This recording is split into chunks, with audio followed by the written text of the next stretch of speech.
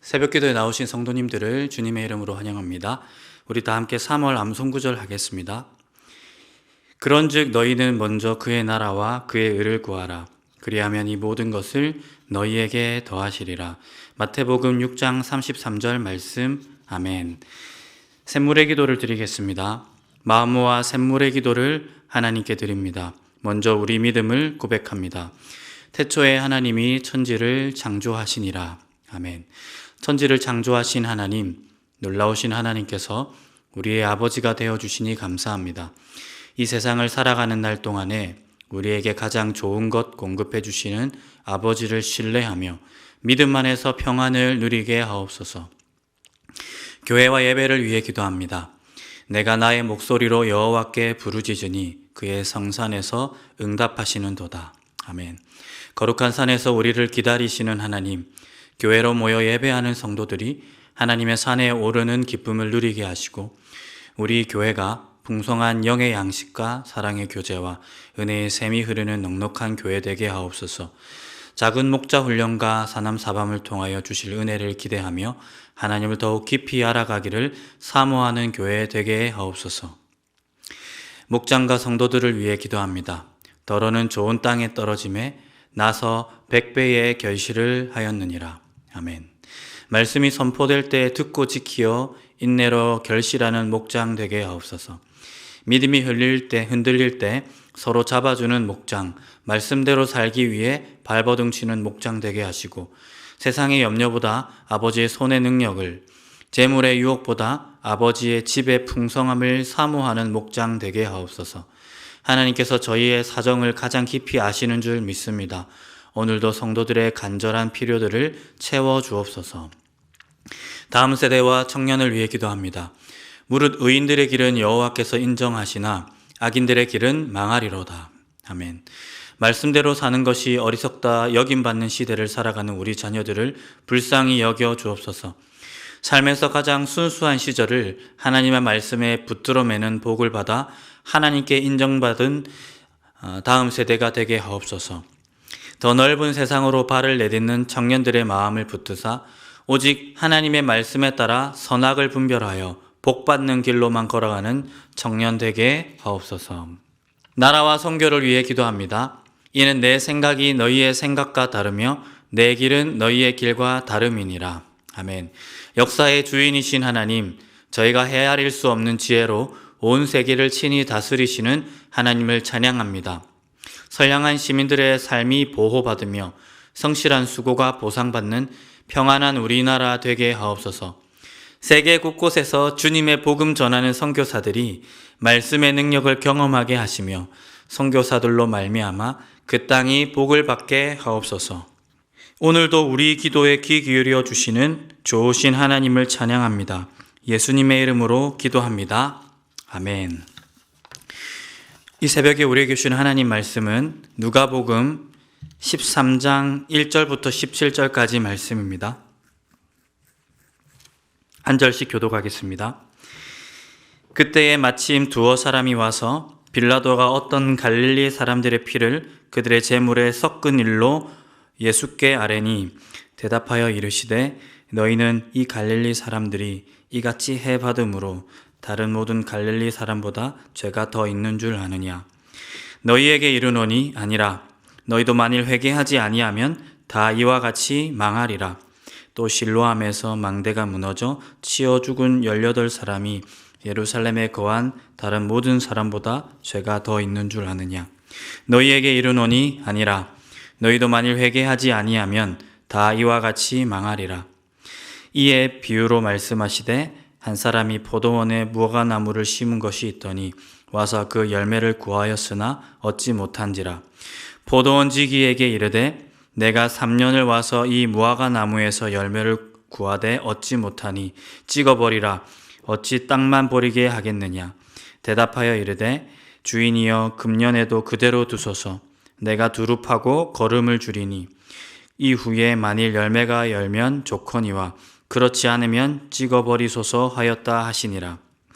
예수께서 안식일에 한 회당에 가르치실 때에 18해 동안 귀신 들려 앓으며 꼬꾸라져 조금도 펴지 못하는 한 여자가 있더라.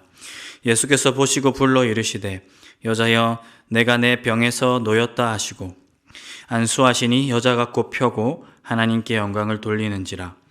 회당장이 예수께서 안식일에 병 고치시는 것을 보고 병 고치시는 것을 분내어 무리에게 이르되 일할 날이 엿새가 있으니 그동안에 와서 고침을 받을 것이요 안식일에는 하지 말 것이니라 하거늘.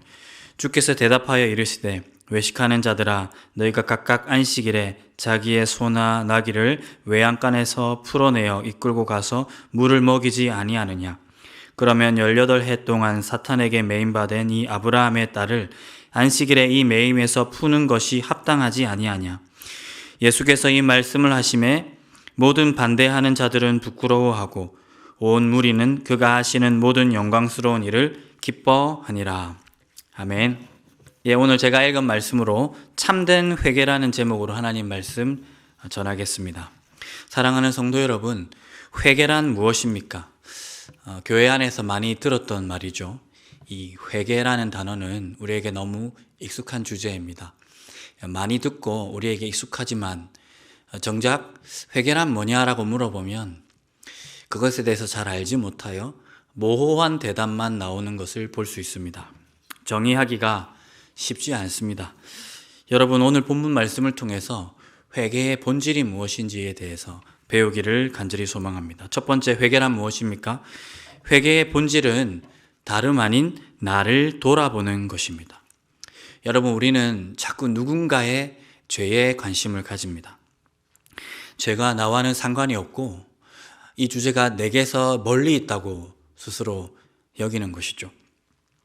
그래서 누군가의 죄 혹은 누군가의 회개, 저 사람 죄 지었네, 저 사람 하나님 앞에서 회개해야 될 텐데, 이 죄와 회개라는 주제가 내게서 너무 멀리 있다고 스스로 여기는 것입니다. 2000년 전 유대인들도 그러하였습니다. 스스로 하나님의 심판의 대상으로 여기기보다는 그 심판이 이방인들에게나 혹은 사마리아 사람들에게 내릴 거라고 생각하였습니다. 그래서 그들이 회개해야 될 텐데 그들이 언제 회개할까, 이런 것들을 생각했었던 그들입니다. 본문에 빌라도의 손에 죽임당한 갈릴리 사람들이 나오고요, 실로암 망대가 무너져 치어 죽은 18사람이 나옵니다. 큰 화를 당한 그 사람들을 보면서 일반적인 유대인들 혹은 유대인들의 종교 지도자들이 이렇게 생각했습니다. 저들이 얼마나 하나님 앞에서 잘못 살았으면 저런 화를 당했을까, 이런 생각을 했던 사람들입니다. 하지만 예수님께서 지금 수면 위로 들고 올라오는 주제는 그들의 죄가 아니라 너희들에게도 죄가 있을 수 있다. 그들의 회개가 아니라 그대들도, 이 말을 하고 누군가를 위해 염려하는 너희들도 하나님 앞에서 회개해야 할 죄인들이다라고 하는 겁니다. 나는 어떤 회개를 하나님께 보여야 하는가라는 이 주제를 우리 주님이 떠올리게 하고 있다 하는 것입니다. 사랑하는 성도 여러분, 회개란 주제는 다름 아닌 나에게 의미 있습니다. 저 사람이 의미 있게 회개해야 하는데 걱정할 수도 있겠지만 1차적으로 회개의 대상은 나에게 적용이 돼야 하는 것입니다. 내가 하나님 앞에 그릇 살고 있을 가능성 얼마든지 존재하기 때문입니다. 오늘 설교 말씀 듣는데 이거 누군가가 들어야 되는데, 어떤 권사님, 어떤 장로님, 어떤 성도님 오늘 주일 왔나? 그 사람이 꼭 들어야 되는 말씀이었는데, 여러분, 우리는 주로 이렇게 생각합니다. 아닙니다. 그 말씀이 우선 나의 폐부를 찔러 쪼개어야 한다는 것, 이것이 우리가 고민해야 될 회개의 본질이더라 하는 겁니다. 우리는 회개를 나의 주제로 여길 수 있어야 합니다. 나는 지금 하나님 앞에 온전한가? 내가 우리 주님 앞에 잘못 사는 내용은 없는가? 그 삶은 어떠한가에 대해서 우리 자신의 삶을 놓고 고민하는 것, 그것이 회개의 본질에 한 폭도 다가서는 바람직한 우리 모습이라고 할 수 있다 하는 것입니다. 두 번째, 회개의 본질은 무엇입니까? 회개의 본질은 삶을 변화시키는 것이라고 할 수 있습니다. 회개의 본질은 삶을 변화시키는 것이라고 할 수 있습니다. 회개의 본질은 나도 죄인이구나, 내가 이렇게 하면 안 되지, 그런 깨우침, 깨달음만 갖는 것, 그것이 회개의 전체가 아니라는 것을 우리가 알아야 할 필요가 있습니다. 회개는 어떤 각성을 갖는 것이 아닙니다. 어떤 것을 깨달은 상태, 그것이 회개의 전체가 아니더라는 겁니다. 전체인 것, 본질인 것은 삶을 돌이키는 것입니다. 우리는 가만히 앉아서 예배당에서 기도 한 번 함으로 하나님 앞에 내가 회개했다, 완료형으로 쓸 때가 많습니다. 기도 한 번으로 회개 마무리했다, 회개를 완료했다는 의식을 우리가 갖기 쉽다 하는 것입니다. 하지만 성경 어디에도 회개를 예배당에서 시작하여 예배당에서 마무리할 수 있다고 말하지 않습니다. 예배당에서 회개를 시도할 수 있고요, 시작할 수 있습니다. 죄에 대한 자각, 그것이 회개의 시작입니다. 하지만 회개의 열매는 삶입니다. 삶을 돌이키는 것, 그래서 합당한 삶의 열매를 맺는 것, 그래서 하나님이 기뻐하시는 삶을 향해 내딛는 것이 적극적인 의미로서의 회개다 할 수 있습니다. 6절에서 9절을 통해 예수님은 회개에 합당한 열매가 없는 유대 백성들의 실상을 드러내고 있습니다. 무화과 나무는 구약에서 이스라엘 백성 전체를 상징하였습니다.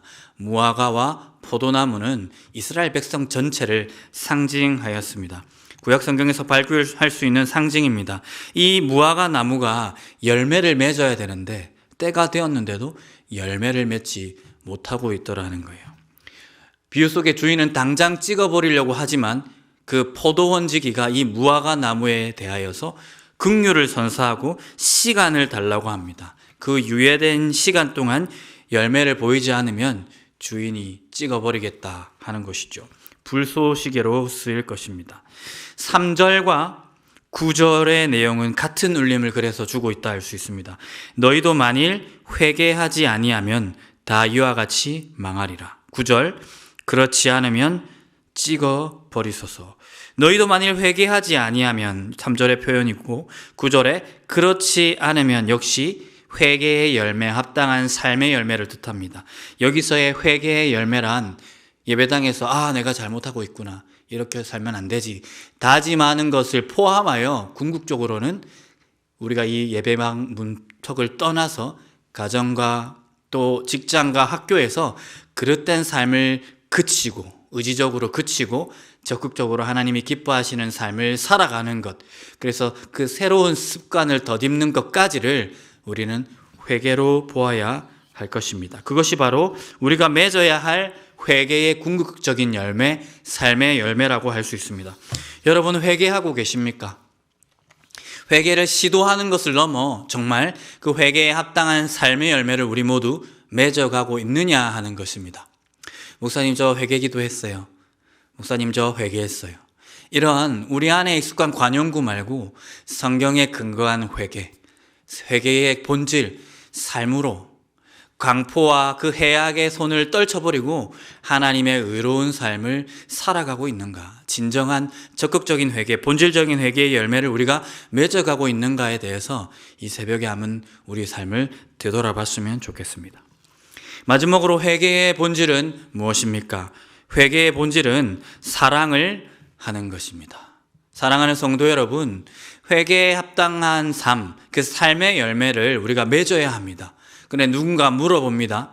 정의를 내린다 하는 것은, 데피니션 하는 것은 다른 이견이 없을 만큼 명료하게 만드는 과정, 지극히 학문적인 과정이라고 할 수 있습니다. 회개가 무엇입니까? 물어보면 삶으로 하나님께 온전한 열매를 맺는 것입니다 라고 대답할 수 있습니다. 그러나 누군가 이렇게 물어봅니다. 그 삶은 무엇입니까? 합당한 회개의 열매는 어떤 삶입니까? 누군가 물어볼 때 성경은 모호하게 답하지 않습니다. 그 삶은 반드시 사랑하는 삶의 열매로, 누군가를 아껴주고 보듬어주고 헤아려주고 사랑하는 삶의 열매로 나타날 수밖에 없다 하는 것입니다. 이스라엘 백성 무화과 나무가 하나님 앞에 보여야 했던 열매 역시 마찬가지였습니다. 이들이 입술로는 회개하고 하나님을 찬양하지만 삶으로 여호와의 율례와 법도를 버렸다고 하였고, 그 버림의 삶의 결과는 인애와 헤아림, 긍휼을 잃어버린 채 살아가고 있다. 이것이 구약 성경 선지서에서 계속 나오는 주제입니다. 사랑을 잃어버리는 것, 그것은 회개의 열매가 아니라 강포의 열매더라 하는 겁니다. 회당 구석에 귀신 들려 꼬꾸라져 조금 더 펴지 못하는 한 사람에게 관심을 가지는 것, 얼마나 힘들까. 하나님의 은혜를 마주해야 될 이 안식일에 저 여인은 얼마나 힘들까.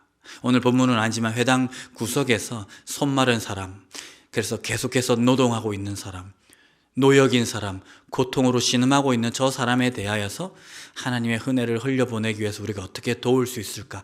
이 사랑과 긍휼의 마음을 갖는 것, 그것이야말로 회개한 사람이 도달해야 마땅한 삶의 열매더라 하는 것입니다. 하지만 이 사람들, 많은 유대인들, 종교 지도자들 회개한 적 없는 인생입니다. 회개라는 주제가 다른 사람에게만 해당되었다고 생각했던 사람들입니다. 회개해야 한다라는 생각을 가지고 자기 모습에 대해서 직신은 하였지만 한 번도 실천적 회개, 삶의 열매로서 회개의 열매를 맺어본 적이 없었던 사람들입니다. 그래서 예수님께서 그 회당 구석에서 고꾸라져 귀신 들린 그 여인을 고쳐주는 그 주제에 대해서 찬미하고 찬동하기는커녕 도리어 시비를 걸고 있는 사람들의 모습을 발견할 수 있는 것입니다. 사랑하는 성도 여러분, 우리는 우리 주변을 돌아보며 우리의 사랑이 필요한 사람에게로 나아가고 있습니까? 그게 회개의 열매를 맺은 사람의 삶의 방식이라는 것을 이 새벽에 기억하게 되기를 간절히 소망합니다. 인애가 빠진 회개, 아니 회개의 코스프레, 그 코스프레만 우리가 하고 있는 사람들은 아닌가? 이것을 물어보고 정확하게 이에 대해서 진단할 수 있는 리트머스 시험지가 바로 나는 사랑을 하고 있는가? 나는 내 이웃을 내 몸과 같이 사랑하는 사람인가? 내 이웃의 회복을 위해서 참다운 안식이 쉼이 그 사람에게 도달하기 위해서 나는 그 일에 얼마나 협조하고 있는 사람인가? 그 일이 일어났을 때 박수치고 있는 사람인가 하는 것을 우리가 이 사랑이라는 척도로 우리 자신을 돌아볼 수 있다 하는 것입니다. 말씀을 맺겠습니다. 여러분, 회개의 본질은 무엇입니까? 내가 회개하는 것입니다. 내가 회개할 수 있는 것. 이 회개라는 주제가 나에게 직계 관련되고 있다는 것을 깨닫는 것. 그것이 바로 회개의 본질입니다. 두 번째로 회개의 본질은 무엇입니까? 자각만이 아니라 죄에 대한 인식만이 아니라 실제로 그 죄를 행하는 그 길에서 벗어나서 오만한 자의 자리에서 벗어나서 죄악된 길에서 벗어나서 하나님께 온전한 삶의 실천을 올려드리는 것, 삶의 열매를 올려드리는 것이 회개의 본질이라고 할 수 있습니다. 세 번째, 그 회개의 본질은 어떤 삶으로 드러날 수밖에 없습니까?